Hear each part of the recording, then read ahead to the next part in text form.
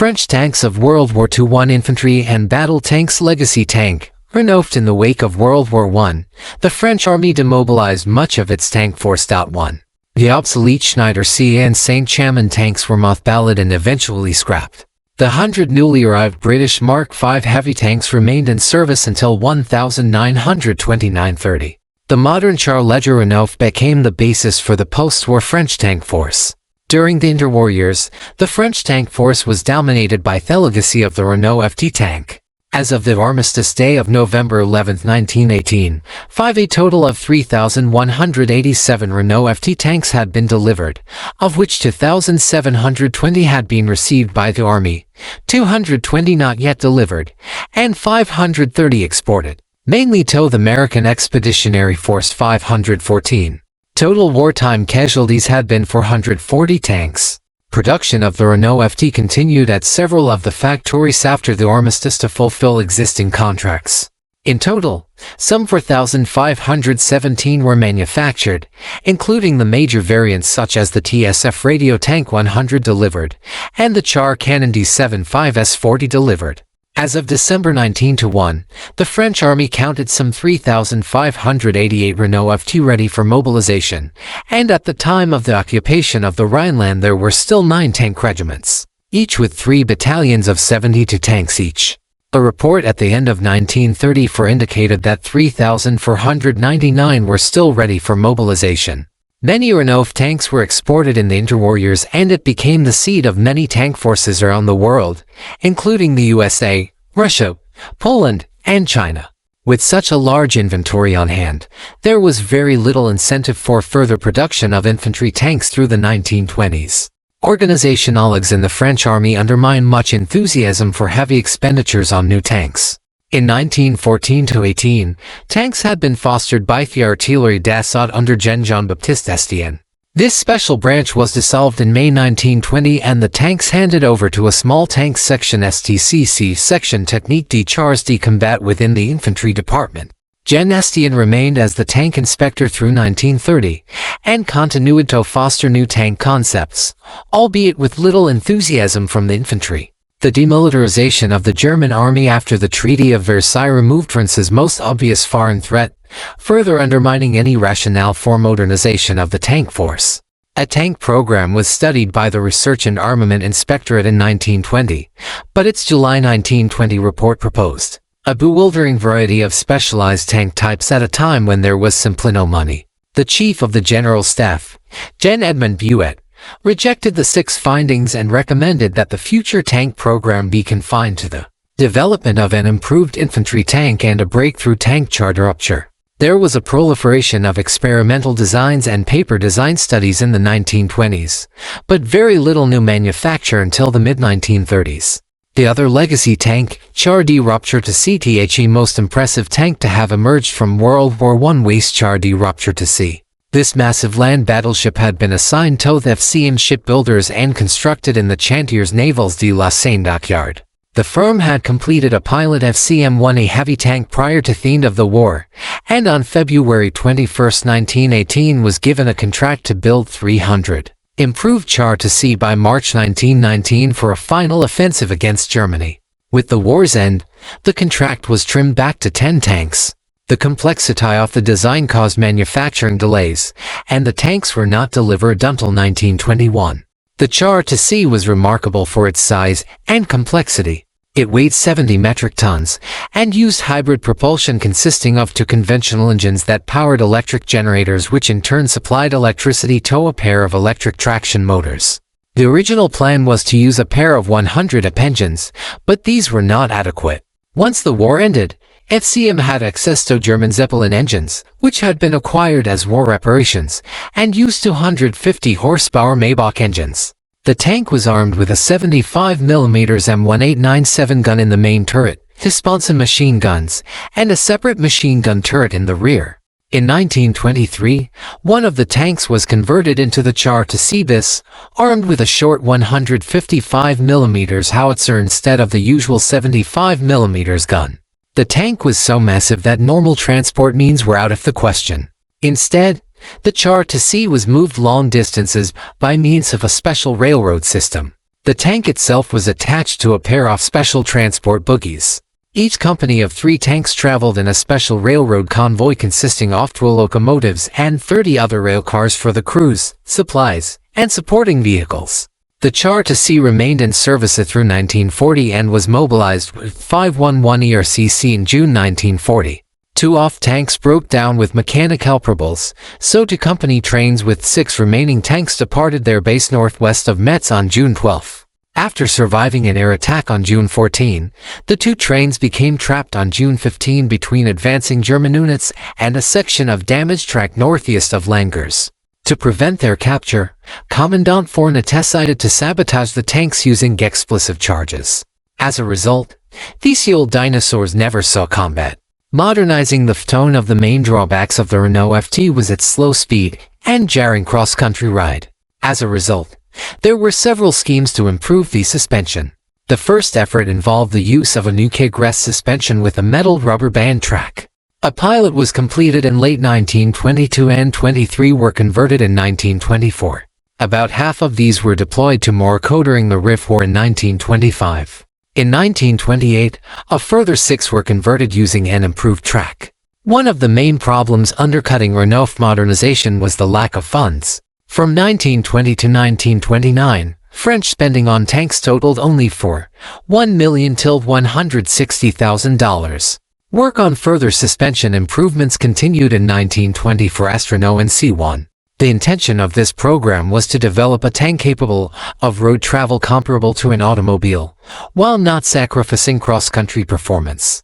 Unlike the K-Gress option, the baseline in C1 used metal track. An alternative was built with K-Gress suspension as Tank 2. Aside from the 3 pilots, 25 tanks were manufactured, 1 each 8 going to Poland and Sweden, and 23 being sold to Japan. A final attempt to develop a dedicated export tank, then C3, was undertaken in 1928. In spite of the improvement offered by the suspension alterations, there was little urgency to upgrade the vast tank fleet of Renault FT through the early 1930s. The one area where modernization was approved was in the tank armament. The Char FT Mitrailleuse machine gun had been armed with the KISS 8mm machine gun, and there was some interest in replacing this weapon with the Riebel 7.5mm MAC, which used a more practical drum magazine instead of the clip used with the Hotchkiss. Although this was approved in 1929, a contract was not awarded until 1933. This required a new mantlet and a new internal ammunition stowage system, which was finalized in 1934. In total, some 1,000 Renault FT tanks were approved for conversion. These were sometimes called FTML 1931 or FT 1731. Char Ledger D1. The first effort substantially to improve the basic Renault FT began in 1927, due to the recognition that Renault NC only addressed the suspension and not other characteristics such as armor or firepower. A new NC Modify light tank was developed in 1928 with thicker 30mm armor, a more powerful 4.7 gun with coaxial machine gun, and a more powerful Renault 5 CV70 horsepower engine, which permitted a higher road speed of 18 km per hour 11 miles per hour. The new design resembled the FT in general layout, but was significantly lower and heavier. The hull accommodated a 3rd crewman to operate the new radio. Trials continued through 1929, and the new design was accepted for service in October 1929 as the Char Ledger D1. The decision to proceed with manufacture required a major expansion of French Army tank funding. It increased more than 20-fold from the previous decade to Fate $1.5 million $3.2 million between 1930 and 1934. Production began in 1931, with the first tank delivered in October that year and the final example of the 160 tanks in May 1935. Production problems with the new cast turret led to the temporary adoption of Renault FT Char Cannon 37mm gun turrets.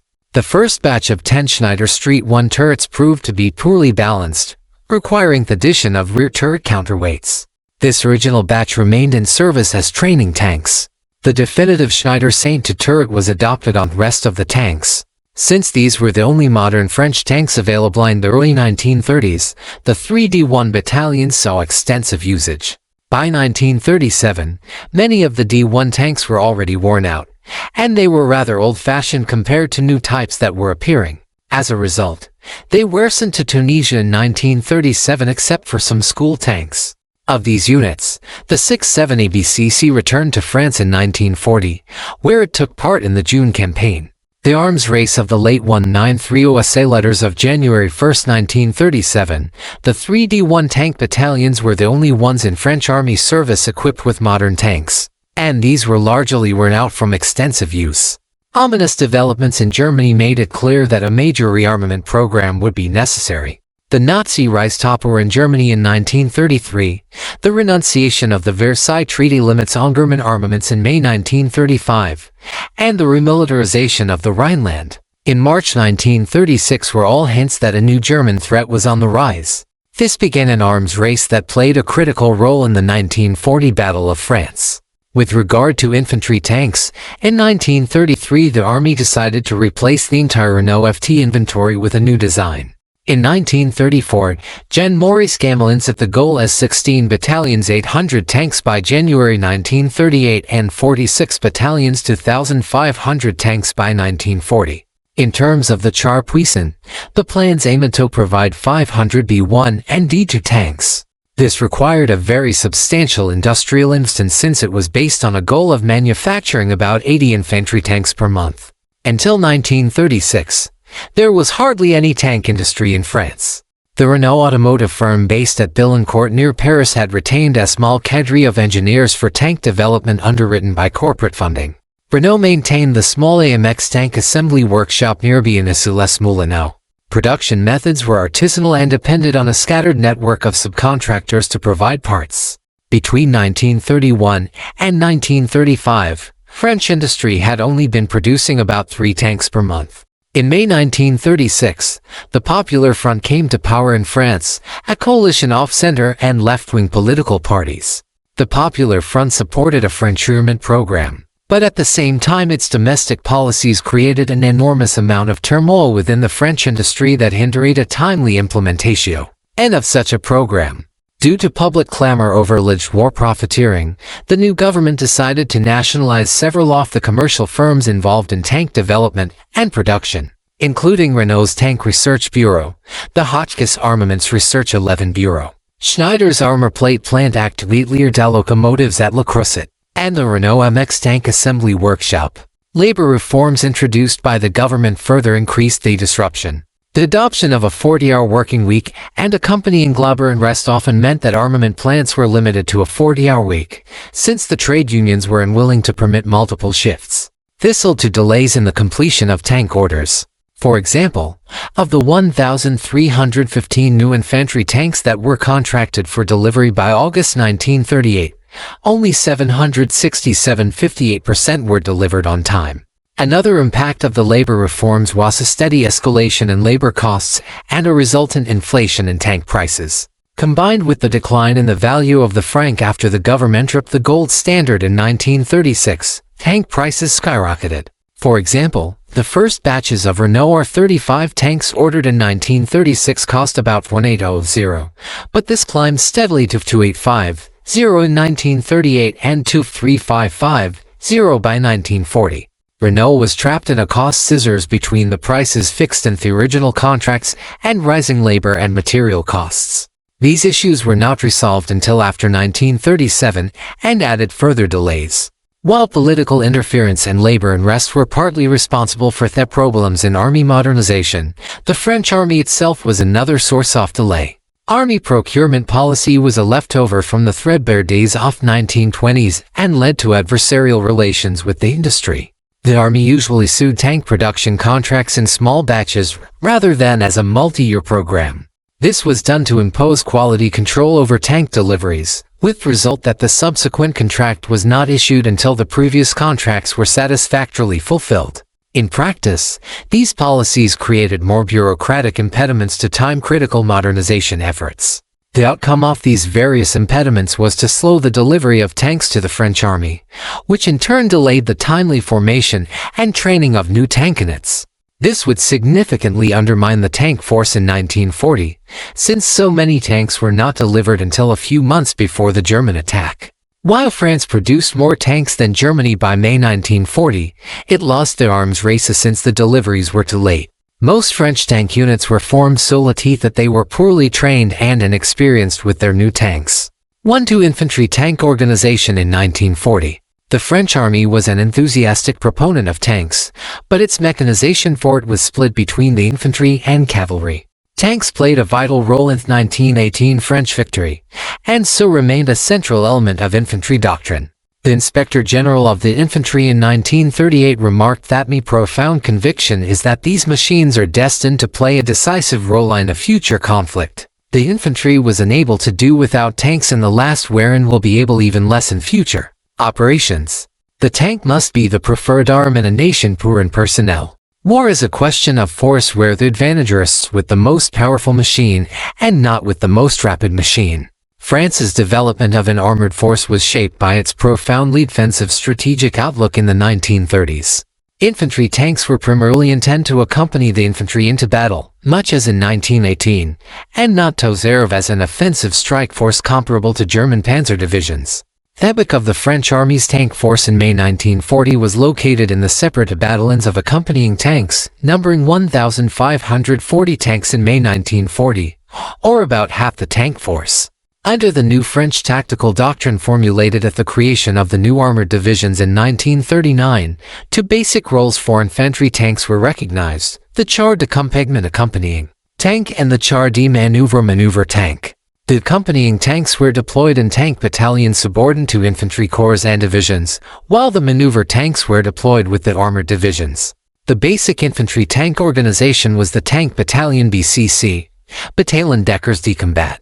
By 1940, there were 41 tank battalions in metropolitan France and 8 more in the colonies in North Africa and the Levant. These had a nominal strength of 45 tanks, each consisting of 3 companies 13 each, and a reserve company 6. Each tank company was organized into 4 tank platoons with 4 tanks each, and 1 tank with the command 14 sections. The exceptions to this organization were the battalions still equipped with the obsolete Renault FT tank, which had 63 tanks per battalion. The basic mission of the accompanying tank battalions was direct infantry support. The tank battalions were distributed to the field armies, which in turn assigned them to the corps to carry out their mission. As often as not, the corps distributed the battalions to individual infantry divisions. The French army considered the tank company to be the basic tactical unit of the tank force, meaning that tank units were not supposed to be deployed in a scale smaller than a company. In the early summer of 1940, the army formed a number of autonomous companies: CACC Company Autonomie Chars de Combat, to employ tanks delivered too late to form into battalions. Unit organization. The French Dirt infantry's interest in armored divisions was belated and grudging. This was in part due to decisions earlier in the 1930s to favor the cavalry as the mobile arm of decision. The French cavalry recognized the failure of horse cavalry in World War I and enthusiastically embraced mechanization to maintain its rationale as the army's mobile force. Jean-Maxime Weygand, the chief of the General Staff in the mid-1930s, had favored the mechanization of the cavalry as a means to build up an offensive armored strike force. The cavalry began the process of forming mechanized divisions, DLM, Division Lager Mechanic, before the infantry's armored divisions. The one EDLM formed in 1935-36, and by the time of the 1940 campaign, 3 of these divisions were in service. In May 1940, about 835, or roughly a quarter of the army's tanks, were in cavalry units. Jean Estienne had fostered the Char's puissance, such as the Char B and Char, to serve in a mobile role in the vanguard of infantry corps or for other maneuver missions. His views fell out of favor in the early 1930s. Young firebrands like Charles de Gaulle advocated the creation of offensively oriented armored divisions. His views were deemed too radical, not due to their tactical content but owing to his insistence that they could only be 15 effective if manned by a professional cadre. This viewpoint ran counter to French politics in the 1930s, which was still profoundly anti-war after the savage losses of 1914-18, as well as to their republican tradition of the levy en masse over professional armies. Even as late as 1936, Army Chief of Staff Jean Gamelin noted that the problems of constituting large tank units has been studied in France since 1932. The development of the anti-tank weapon has caused a renunciation of this concept. The German formation of panzer divisions and the extensive use of tanks during the Spanish Civil War between 1936 and 1938 kept this controversy broiling. 2. In 1938, the Superior War Council ordered the infantry's tank inspector to study a large armored unit consisting of 2 Char 1 battalions, a battalion of D2, 2 motorized infantry battalions and 2 motorized artillery battalions. A provisional manual on the tactical implement of armored divisions was released for comment in February 1939. The tactical doctrine still did not envision the armored division as an autonomous force, but rather as part of an infantry corps to assist in the maneuver of infantry divisions. The German demonstration of the combat potential of panzer divisions in Poland in 1939 ended the French dithering about armored divisions. The formation of 3 armored divisions DCR Division Cuirassier did not begin until January-March 1940. The core of the new armored divisions was a pair of tank demi-brigades with 2 battalions of Char B1 bis and 2 battalions of Hotchkiss H39. The DCR was smaller and less powerful than a German panzer division and was not a balanced combined arms force.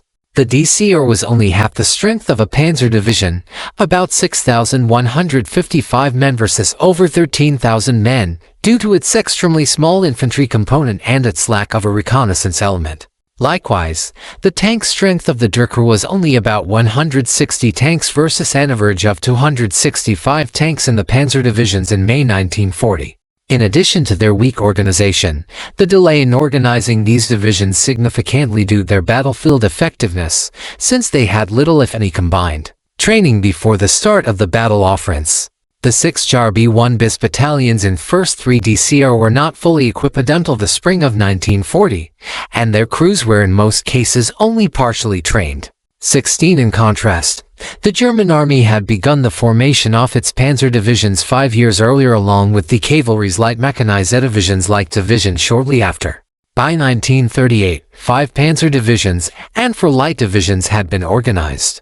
After the Army's combat experiences in Poland in 1939, the light divisions were quickly converted to panzer divisions. The French Army never had the opportunity to rationalize its light mechanized divisions and armored divisions. Char Puissant D2.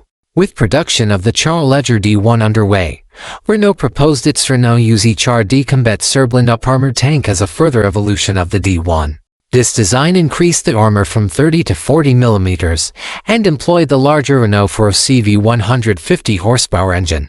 One of the underlying reasons for the design was anxiety over a possible weight limit on future tanks being considered by the French government as part of the International Disarmament Conference being held in Geneva at the time. By this stage, Renault was deeply involved in the development of the new Char B battle tank, but this design would exceed the proposed weight limits. 18 3UZ pilots were built and they underwent trials between 1932 and 1934. They were armed with the same 47 SA-30 for semi-automatic tank gun as the D1, but in a substantial improved APX-1 turret.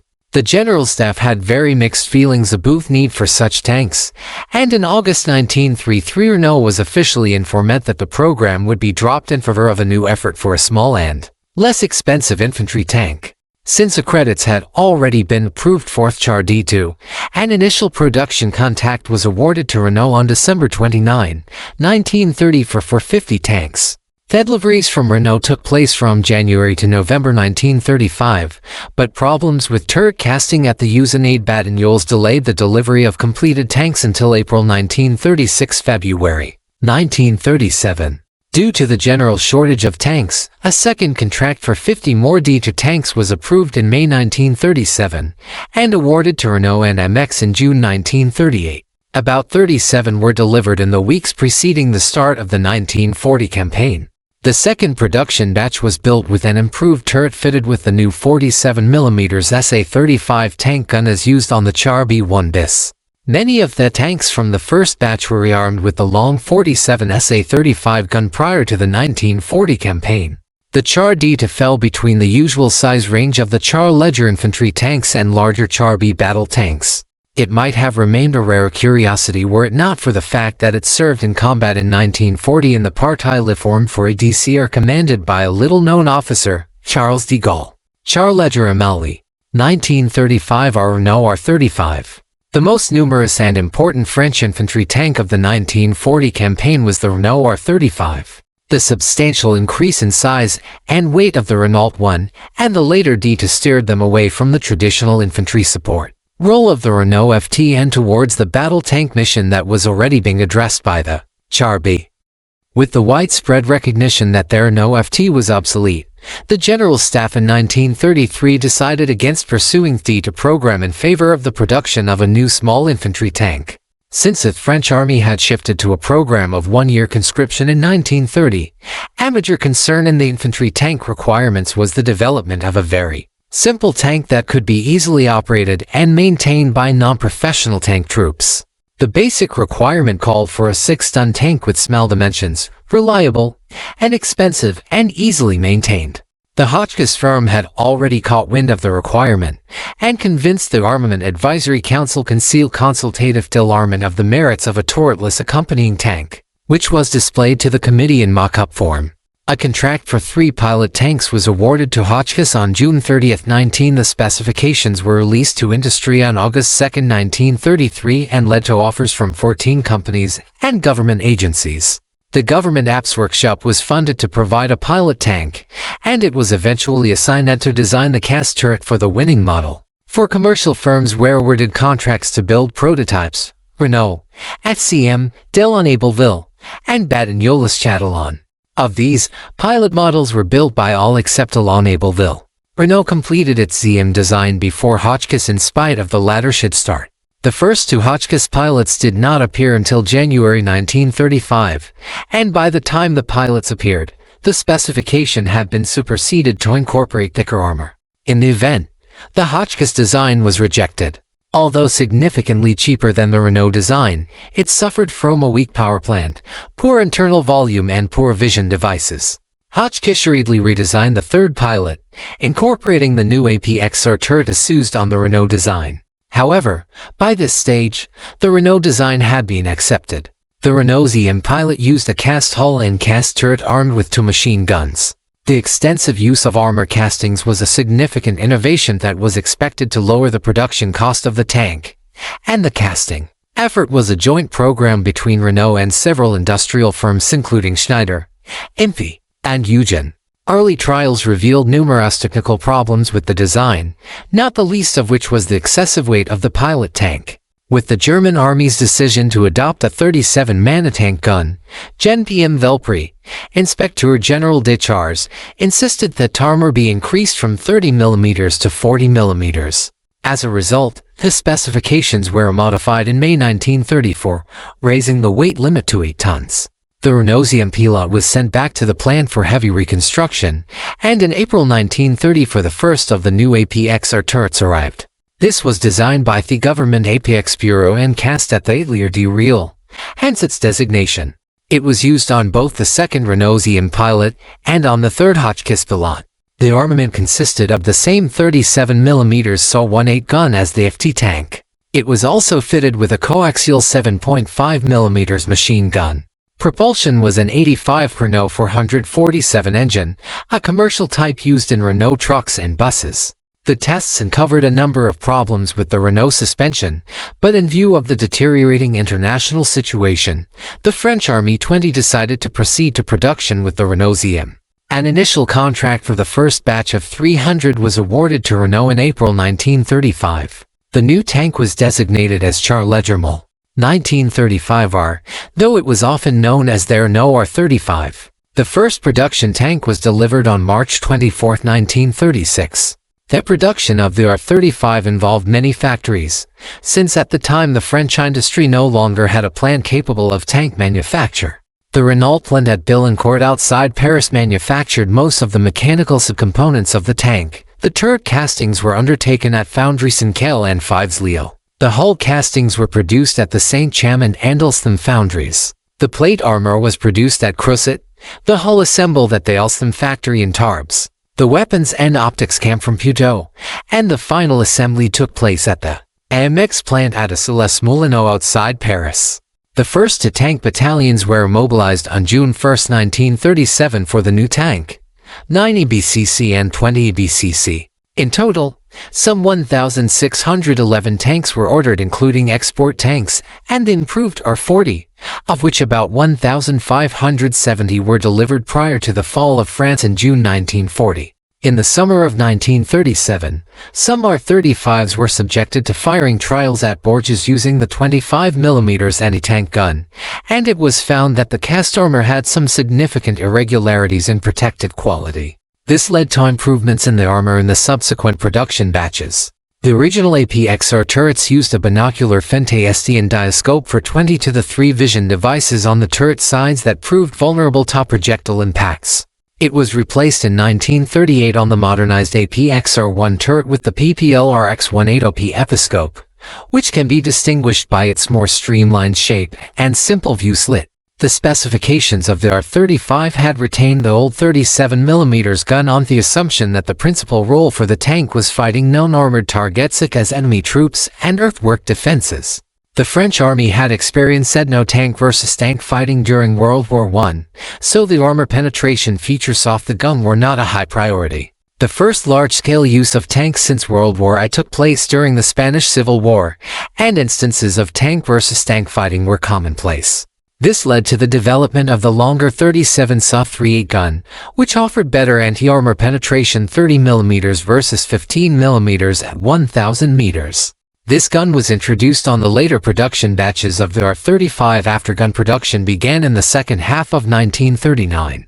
Although the French army had pioneered the use of radios on tanks with Char FTTSF during World War I, the original requirement for the R-35 did not include a radio. The presumption was that it would add too much cost and complexity to the tank, and take up too much internal volume. Experimentation with the new ER-5 for radio based on the ER-40 infantry radio began at Camp de Sisson in April 1937. Prior to the outbreak of the war in 1939, no radio-equipped R-35 tanks were in service except for the 45 R-35 tanks deployed with the 2 East Battalion, 570 RCC, which was assigned to study the issue of radio use. A program to deploy radios in section and company command tanks took place in the spring of 1940. The susceptibility of the R-35 to bogging in soft soil led to a very tie-off efforts to improve its cross-country capability. Several different suspension options were studied between 1938 and 1939, with the Army finally deciding on February 16, 1939 on the MX system, which used vertical springs and plate track. AMX also developed a tail to improve the tank's trench crossing capability. The tails began to be added to R-35 tanks in late 1939 around tank No. 1100. The plan was to switch production to the Char Legermal 1935 or modify 1939 Renault R-40 at tank number 1500. Delays in manufacturing components delayed this switch, and about 155 were completed. Aside from the Renault FT, the Renault R-35 was the only French tank exported in significant numbers until 1940. The first batch of 50 R-35 tanks was delivered to Poland in the latter summer of 1939 for the 21 Battalion Chogolekic. A second battalion was on order, but Poland's defeat in 1939 led to its diversion to French units in the Levant. Partially formed Polish R-35 companies saw some combat against both German and Soviet forces during the September 1939 campaign. The Red Army captured a few examples, and the preserved R-35 tank at the Kubinka Museum is one of these Polish tanks. Most of the Polish tanks were in southeastern Galicia, so 30 for Escapada to neighboring Romania and a few to Hungary. Romania had planned to begin licensed production of the R-35, and 200 were ordered. A total of 41 was delivered in 1940 before the Battle of France ended production. France had delivered 50 for R-35s to Yugoslavia in April 1940, and they saw combat use in the short 1941 campaign there. France delivered a single battalion of 50 R-35 tanks to Turkey in January 1940. Char Ledger FCM-36. Although the R-35 was selected as the principal infantry tank in the 1930 for competition, the FCM entry was promising enough that the French army decided to place a contract for 100 tanks on June 5, 1936. In contrast to Renault and Hotchkiss entries, the FCM-36 employed advanced welded construction, which was not entirely surprising since its manufacturer was primarily involved in building warships. Another difference was the decision to use a diesel engine.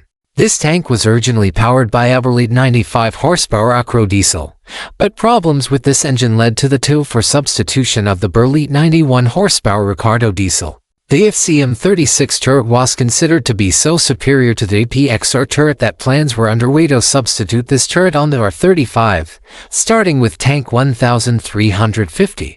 However, that array proved to be less adaptable to the new 37 SA-38 gun, so this schema proved stillborn. The use of a rear-mounted transmission provided more space in the fighting compartment, and so radio use on this type was more common than on the R-35. The ER-50 for radio was the type most often used, but in 1940 some received the ER-28 set to 6. The FCM-36 was widely regarded as the best of the new infantry tanks, but the advanced welding techniques resulted in production delays, and the two battalions were not delivered until May 1938 to March 1939. The main reason that more FCM-36s were not ordered was the higher priority afforded to the construction of the Char B-1 bis at FCM, the limited production capacity at Zeppelin, and the high cost. The first batch cost for 50, while at the same time the R-35 cost only about 200. Two more contracts were planned in 1940 totaling a further 300 tanks, but these contracts were never awarded due to the estimated price tag of 900. Compared to a contemporary cost of around 350 for the late model cavalry tank for the infantry Hotchkiss H-35 and H-39. During the competition for the new infantry tank between 1933 and 1934, Hotchkiss prepared a third pilot that was fitted with the same APXR turret as the R-35. The infantry had already selected the Renault R-35, and so Hotchkiss seemed destined for limbo. Under somewhat murky circumstances, the Minister of War, Jean Fabry, saw a demonstration of the Hotchkiss at Vincennes and decided it was a better choice than the new Somua. In spite 27 of Army opposition, Hotchkiss was awarded a contract on November 6, 1935 for 200 H-35 tanks for the cavalry. These were delivered from July 1936 through July 1937, though without their turrets. A second contract followed in September 7, 1936 for 100 more. During deliberations over the 1937-40 armament program, the requirement for infantry tanks was increased to 2,500 tanks, which was beyond the capacity of Renault and FCM for the foreseeable future. Gamelin decided to authorize additional Hotchkiss production, this time for the infantry. This was strongly opposed by Julian Duffieux, the infantry's Inspector General for tanks. Nonetheless, Hotchkiss was awarded a contract on January 23, 1937 for 100 tanks for the infantry, with delivery taking place between July and September 1938. These were eventually issued to the 13 EBCC and 38 EBCC. The Hotchkiss H-35 was not popular in either cavalry or infantry service. The cavalry in particular was very critical of its slow speed and its mechanical faults, such as the tendency of its road wheels to shed their rubber tire. Hotchkiss began a redesign effort, first trying to replace the original 6-deep engine with a new 117 horsepower type that had been designed for Hotchkiss Monte Carlo race cars. Initial trials with this engine were unsuccessful since the new engine proved too powerful for the transmission and gearbox. After more improvements, a 120 horsepower variant was finally selected. This also caused a redesign of the rear hull casting to accommodate the larger power plant. Hotchkiss also modified the suspension, adopting new metal-rimmed road wheels and shifting from the original 25 cm track to a new 27 cm track 9.8 to 10.6 inches. Hotchkiss referred to the new version as Char Legermol 1938 Series D, sometimes abbreviated as 38H. This designation was not adopted by the Army, which called it the Char Legermol 1935. H modify 1939 or 39. The slow pace of Somua cavalry tank deliveries led to further cavalry contracts for the H-39 in July 1938, eventually totaling 400. The infantry acquisition of the Hotchkiss would have ended after the first batch of H-35s were it not for the deteriorating international situation. As of February 1, 1939, only 1,310 light tanks of the 2,800 on order had been delivered. Once again, Gamelin pressured the infantry into accepting more of the Hotchkiss, in this case the improved H-39. More than half of the 1938 contract batch was assigned to infantry tank battalions, along with another batch of 80 ordered in April 1939. Most of the infantry H-39s went to tank battalions assigned to the armored divisions rather than battalions assigned to infantry support.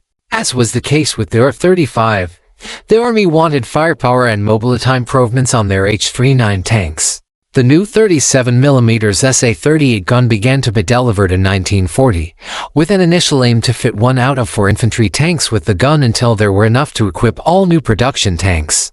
As of the end of April 1940, 358 of the new guns had been completed, and by the end of the summer 1940 campaign about 800 had been delivered. Priority for these guns went to the cavalry H-39, and it was introduced around Tank No. 480. A small number of older H-35s were upgraded with new gun. As in the case of the Renault R-35, there was interest in improving the trench crossing capability of the Hotchkiss, and this led to the design of the tail at Hotchkiss. This was introduced on the production line around Tank No. 900 in March 1940. The infantry had 2 battalions of H-35s and 6 battalions of H-39s by May 1940, and a further 2 separate companies were raised with the final deliveries, totaling about 425 tanks. Of the roughly 31 Char branch tank doctrine since the end of World War I envisioned the need for a more powerful tank than the light infantry tanks in order to conduct independent actions. This concept had various names, including Char Puissant Powerful Tank and Char Detailed Battle Tank. Development of this tank was unusually protracted, and resulted in a design more suited to 1920 than 1940. The development of the battle tank can be traced back to one of the main supporters of advanced technology, Gen Edmund Buet, who released a perceptive study in July 1919 outlining future tank needs.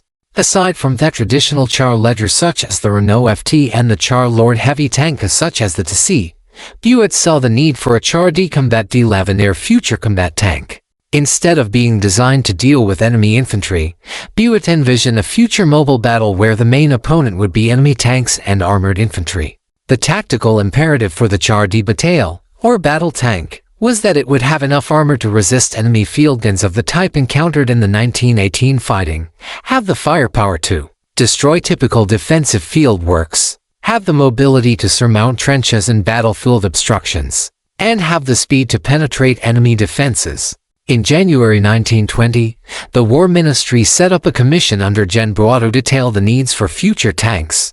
Buet cooperated with Gen Jean-Baptiste Estienne, the father of the French tank force in World War I, to help define the technical requirements.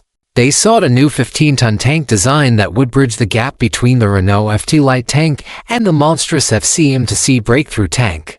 Estienne proposed a production requirement of 1,000 tanks, which provoked considerable industrial interest. In 1921, 5 French manufacturers offered their concepts. The least adventurous was from Deloitte-Ableville, which resembled nothing more than an enlarged tank. Schneider and Renault teamed together to provide a pair of offerings. The SRA Schneider Renault used a 75mm Fortress gun in the hull, while the SRB offered a naval 47mm multi gun with better anti-tank performance. Saint-Chaman's FAMH plant also used a short 75mm gun, as did the FCM-1 design. The Deloitte-Ableville design was rejected almost immediately. Of the remaining 4 designs, all but the SRB encountered prolonged mechanical issues during the 1924 trials. In the end, the SRB was selected as preferred design, but better features from the other competitors were adapted to the SRB, such as the track from the FCM tank and the suspension design of the Saint-Chaman tank. Due to cutbacks in defense budgets, the production contracts were pushed off into the indefinite future while the design was refined. One of the most important changes was a decision to increase the armor to 40mm, which boosted the overall weight of the tank from 15 towards 20 tons. 3 contracts were issued to Renault, FCM and FAMH on March 18, 1927 to build 3 pilots of definitive design, now designated as Char D-33 Bataille B. Trials of the pilot tanks began in 1929 and dragged on for more than 5 years, since there were simply not enough funds to contemplate Untold. The aim was to begin production in 1934. The trials uncovered problems with one of the critical features of the design, the neater steering system.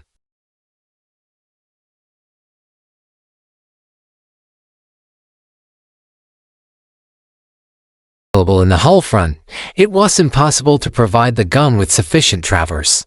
Instead, the driver would aim the gun using the neater system. The fragility of the neater system prompted FCM to propose the substitution of a Swiss winter third-hydraulic transmission teamed with a 180 horsepower Sulzer diesel engine. Unfortunately, the Sulzer engine proved to be trouble-prone, and the Char remained saddled with this dubious steering configuration. One consequence of the problems with the neater steering system was to place more emphasis in the turret armament, with the pilots being adapted to mount the Saint turret from the Char D1 infantry tank.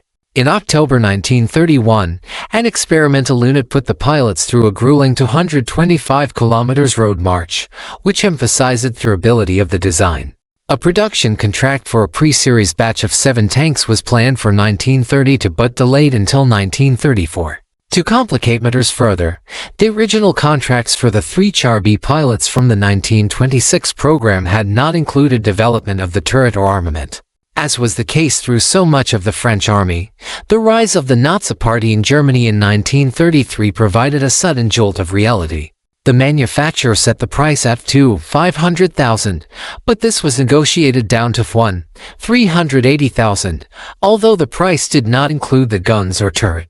After years of delay, the first contract was awarded in March 1934 for 7 tanks, followed by a second contract on December 16, 1934 for 20 more.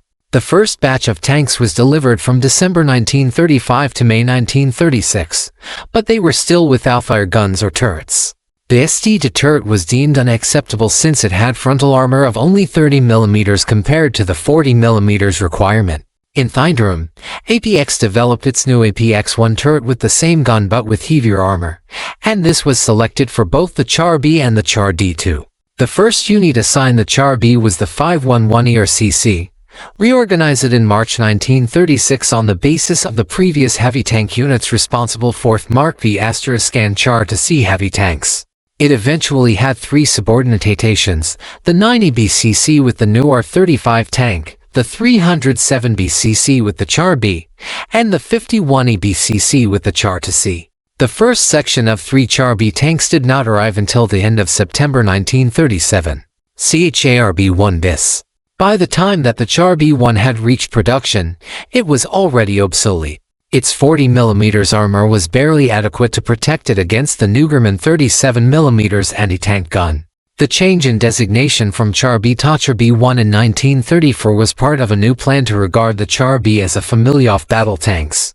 A scheme from October 1930 involved at least 3 of their proposed versions, the 35 metric ton B2, the 45 metric ton B3 and the 50 metric ton BB. In spite of Army interest in the further evolution of this design, Renault was considerably more skeptical about investing its own money in such an outdated design. Instead, they proposed the Renault 3 for a CK1 next-generation battle tank, which eventually emerged as the Char 1R. In the event, the urgent need for more battle tanks in the face of German rearmament put an end to the more ambitious evolution of the Char B1 in favor of a B1 Surblend. This envisioned an increase in the frontal armor to 60 mm to protect against the German 37 mm anti-tank gun. The heavier armor led to a redesign of the engine to increase power from 200 to 300 horsepower by adding a second carburetor, but this came at the expense of endurance, which fell from 8 hours to 5 hours between refueling. In the meantime, a new 47 mm SA-35 tank gun was under development by Puteaux, the S-35 cavalry tank, and this was mounted in a modified APX for turret for the new version. Although approved for construction in 1935, the first production contract for the new Char B1 bis was not awarded to Renault until May 1, 1937 due to the continuing delays in the manufacture of the original Char B1. This was for a battalion of 35 tanks at a unit cost of $1,286,000 without turret and armament, which were to be provided separately by state arsenals. This was followed on October 8, 1937 with a contract for another 35 Char B1 bis. Curiously enough, this 1937 contract rounded out Char B procurement by including funding for a final 5 Char B-1 tanks to complete the equipment of a single battalion. The Char B-1 production series was delivered from December 1935 through January 1937. The initial Char B-1 bis were delivered from February 1937, and by the time of the war's outbreak on September 1, 1939, a total of 35 Char B-1 and 80 for Char B-1 bis had been delivered, and 350 were on order. By the time of the German attack on May 10, 1940, 258 Char B-1 bis had been delivered to 8 battalions. The tempo of production of the Char B-1 bis increased from about 7 per month in 1939 to about 30 per month in 1940, and by the end of the campaign 1,178 Char B-1 bis had been ordered and 403 completed by Renault, FCM FAM, Ems and Schneider. 3.5 The Char B-1 bis was a well-armored and well-armed tank, but suffered from many design flaws that undermined its combat effectiveness. The unusual aiming system for the hull gun was a mistake, since it overburdened the driver. The solution was to redesign the gun mounting to provide a limited amount of traverse for fine aiming. This was to be incorporated on the next version, the Char B-1 Tur, but this variant was only in prototype stage at the time of the Battle of France. The one-man turret was also a serious mistake, since it obliged the commander to take on the added distractions of loading and aiming the gun. Aside from these inherent design flaws, the tank was plagued with other mechanical issues. Of the 267 known cases of Char B-1 bis lost in combat, more than half were abandoned or scuttled by their crews. The Nader servo motor proved to be a major source of the mechanical problems.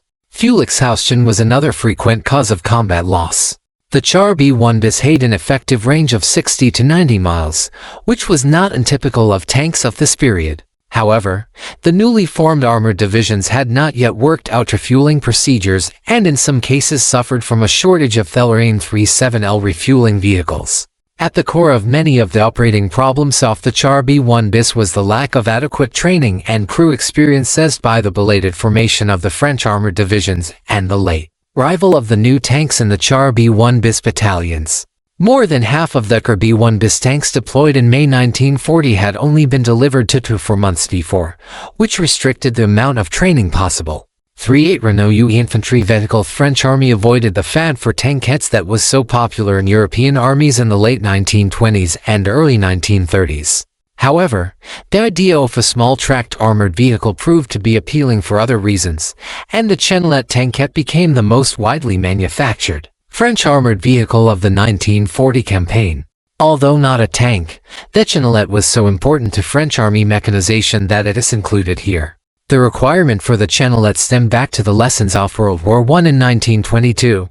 The French army was mulling over the experience of trench warfare, and concluded that it would be useful to field a vehicle to supply troops in forward trench lines. This had been a difficult and hazardous process between 1915 and 1918, and a tracked armored vehicle seemed to offer a solution, since it could traverse shell-pocked terrain and deliver supplies under enemy machine gun fire. A requirement emerged in 1930 and was addressed by prototypes from Renault, Citroën, and Latil. After tests, the army settled on the Renault Tracteur blind de ravitaillement in Tintin Type U along with accompanying UK track trailer. An original tranche of 60 tractors was ordered in October 1931. The design was quite elementary to keep down cost, with an armored hull protecting the crewmen and a stowage box at the rear. The box was automated so that the crew could drive the tractor to the edge of a trench and automatically dump the contents into the trench without leaving the safety of the armored tractor. Power came from a Renault tank 38 horsepower motor fitted in the center of the vehicle between the two crewmen.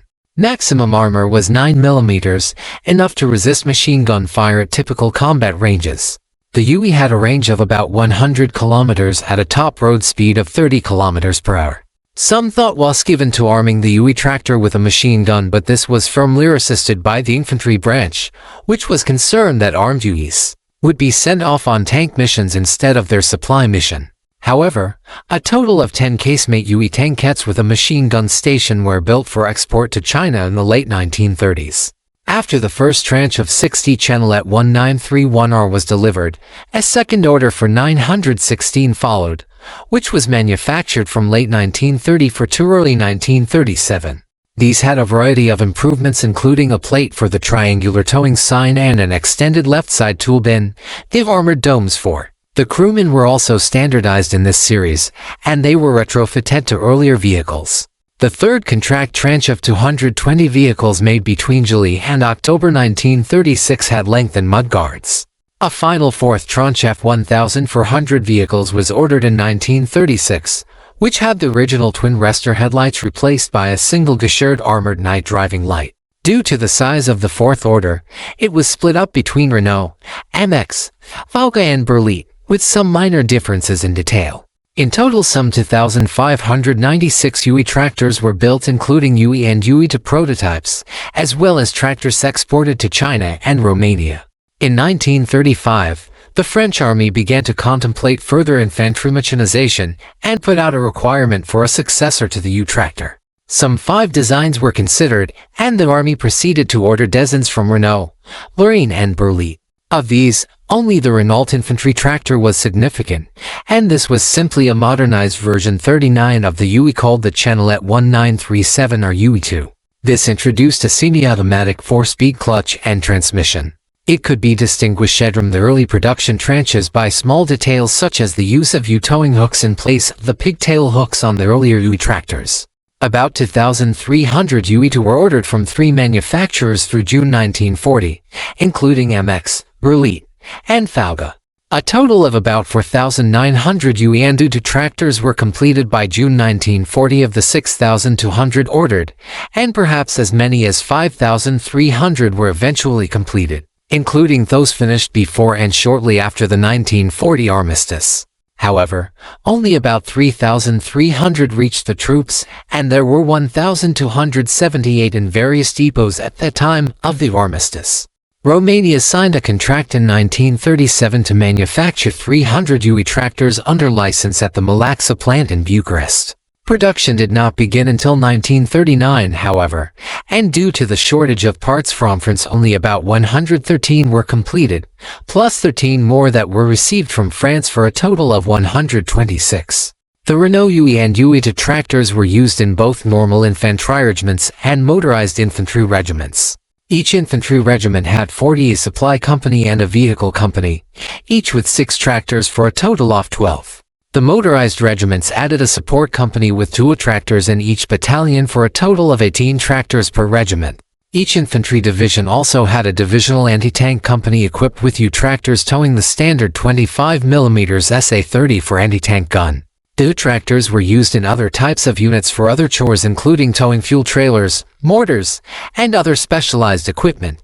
For to Chenelet Lorraine, the French army had considered adopting a specialized vehicle for the supply and technical support of tank battalions, but the Citroën Kegresip 17 half-tracks acquired in the early 1930s for the Char D1 battalions proved inadequate. The Renault CD1, a tracked and armored vehicle based on the UE, was ordered in 1936, but there was interest in a fully armored vehicle as well. Specifications for the new tank resupply vehicle TRC Tracteur de Ravitaillement pour Chars was released on April 17, 1936.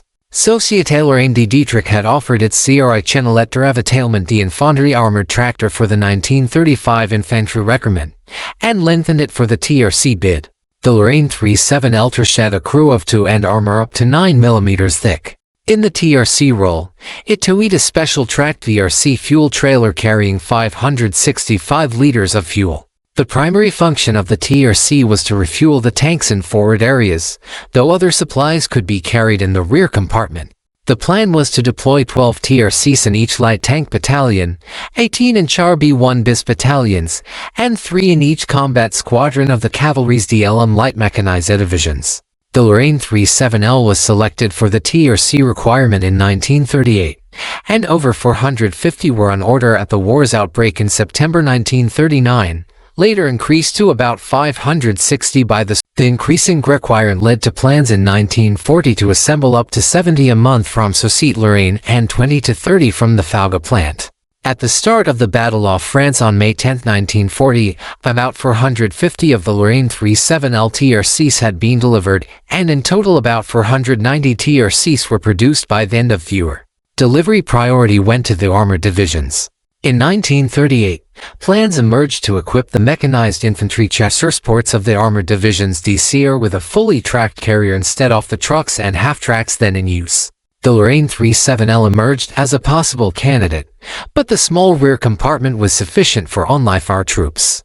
As a result, the Lorraine 38L VBCP infantry carrier Voiture-blindé chasseurs ports had a track trailer added, which could accommodate 6 more troops, and the rear compartment was redesigned with armored protection for the troops by raising up the sides. A total of 240 were ordered in September 1939 and a few more than 140 had been delivered by the time of the armistice. They were deployed primarily with 5 EBCP Battalion D chasseurs ports of the 1 East DCR and the 17 EBCP of the 2 EDCR. A variety of other schemes for the Lorraine tractors were 43 underway in 1940, including substantially redesigned infantry carrier, the Lorraine 39L. And tank destroyer armed with the 47mm anti-tank gun on the Lorraine 37L, the shape of things to come meet the time of the Battle of France in May-June 1940. The French army had a broad program of tank modernization underway that would have replaced most of the familiar tank types, including the light infantry tank, the battle tank, and the breakthrough tank. Work on a new light tank began at a research office in the MX plant in response to an October 1937 effort to modernize the existing light tanks.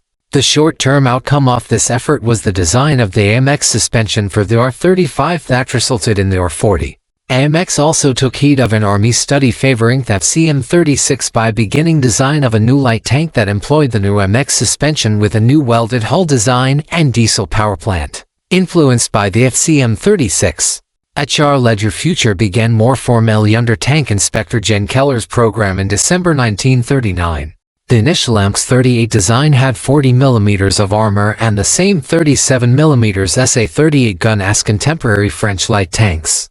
This did not offer enough of a step forward, and a proposed AMX-39 with 48mm armor and a 47mm gun was under deliberation at the time of the Battle of France. Renault was working on a competitive design, the DAC-1, but in the event it did not reach prototype stage. Development of a new 20-ton Char d'Infanterie medium infantry tank was first broached in a December 1935 infantry department duty. This tank was intended to have a hull-mounted 75mm gun and a turret-mounted 47mm like the Char B1 bis, but in a more modern configuration. 7 companies submitted designs for the new Char G1. The SEAM team under Prince Andrei Poniatowski completed a hull testbed for their G1P using a modern electric transmission that was completed in late 1937. However, Army uncertainty over specifications stalled the program and led to changes such as the switch to a new turret-mounted 75mm gun, and the weight continued to climb towards 30 tons. Financial difficulties at SEM led to a consolidation of its program with that being undertaken by ARL, but the G1P went into limbo after the start of the war in 1939. Renault proposed their futuristic G1R design, known internally as the CK1, which offered torsion bar suspension, 350 horsepower engine, 60mm cast armor, and a 75mm gun in the turret.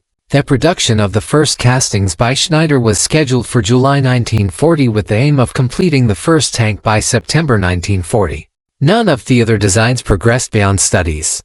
The Renault G1R was being developed in the same time frame as the Soviet T-34 and USM for Sherman, and would have had similar capabilities had not the armistice ended any further work.